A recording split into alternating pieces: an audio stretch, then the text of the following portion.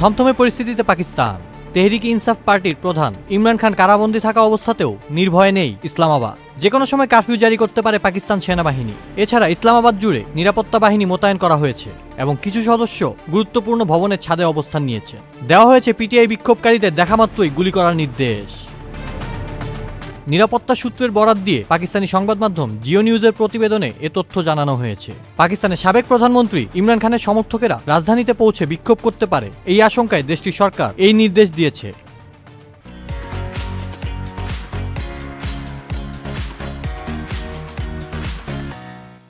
তার দল তেহরিক ইনসাফ পার্টি পিটিআই নেতাকর্মীদের ইসলামাবাদে পৌঁছানোর জন্য নির্ধারিত দিন ছিল গত 24 নভেম্বর। দেশের বিভিন্ন প্রান্ত থেকে আসা গাড়িবহরের আকার এবং পথে ব্যাপক ব্যারিকেড থাকায় তারা নির্ধারিত সময়ে পৌঁছাতে পারেননি। দলটি জানিয়েছে তারা শান্তিপূর্ণভাবে যে কোনো মূল্যে ইসলামাবাদে তাদের সমাবেশের জন্য ঘোষিত স্থান ডি চকে পৌঁছাতে চায়।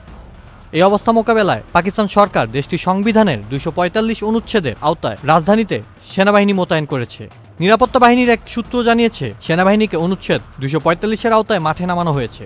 পাশাপাশি পরিস্থিতি মোকাবেলায় কড়া নির্দেশ দেওয়া হয়েছে যাতে অস্থিতিশীলতা এবং সশস্ত্র হামলাকারীদের শক্ত হাতে দমন করা হয়। এছাড়াও দেখামাত্রই গুলি করার নির্দেশ জারি করা হয়েছে বলে জানিয়েছে সূত্রটি।